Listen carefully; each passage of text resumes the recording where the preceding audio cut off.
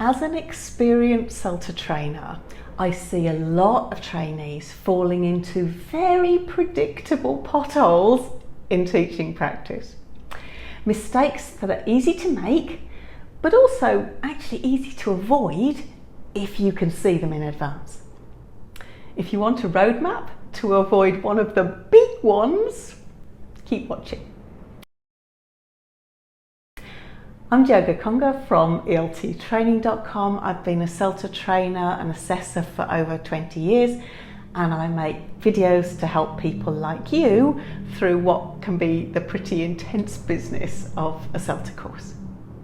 If you enjoy this, I've got a whole series of videos for you on these kind of avoidable mistakes on my site, and don't forget to like and subscribe. I make a new video every week.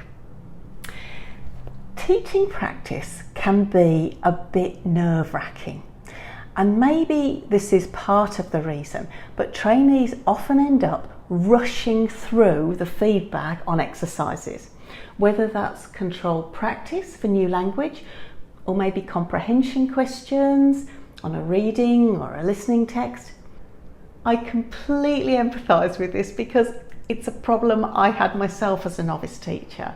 For me, it also stems from not wanting to bore people, and so perhaps moving on a bit too fast. Now, this might be okay for some of the learners in your class, but what about the ones that need a bit more time to process things? So it's an easy trap to fall into. You give your learners an exercise, you get the correct answers from the learners who volunteer, those faster processors. You ask them all, do you understand? And they all say, of course they do. Who wants to be the one to admit, no, I'm sorry, I'm the stupid one, I don't. And then you move on. Can you see what the problem might be here?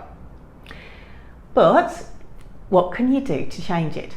Here are a few pointers to make feedback on exercises a bit more productive. When learners are doing an exercise, monitor purposefully. This means moving around, whether you're in the classroom or by visiting breakout rooms online, and checking how easy the learners are finding the exercise. Because if they're mostly getting everything right, it's fine to go through feedback quickly, but you won't know unless you see what they're doing while they're working. Another point is to allow time for your learners to discuss answers in pairs or small groups before you have whole class feedback. This really helps the less confident people, especially. Next, when you have class feedback, don't just ask the whole class for the answer, because you'll always get the same one or two answering. Nominate. Call individuals by their names and make sure that everybody gets a go. Focus on the learners who you know might take a bit of extra processing time, particularly too, and ask them. If you're online, you get everybody to write the answer in the chat. Tell them not to post until you tell them, so that the fast typists aren't always the first ones to answer.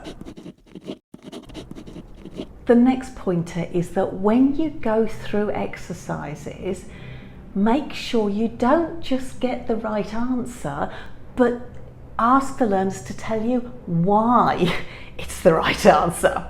So this slows things down a bit, gives people who didn't get it a chance to really understand. And finally, never ask, do you understand? It's just not a helpful question. If you want to know if they understand, ask a question that will check that they do, something they have to actually answer. I hope that these thoughts help you with your teaching practice and your teaching after CELTA, and check out the links below for other useful material from my site. See you soon. Bye bye.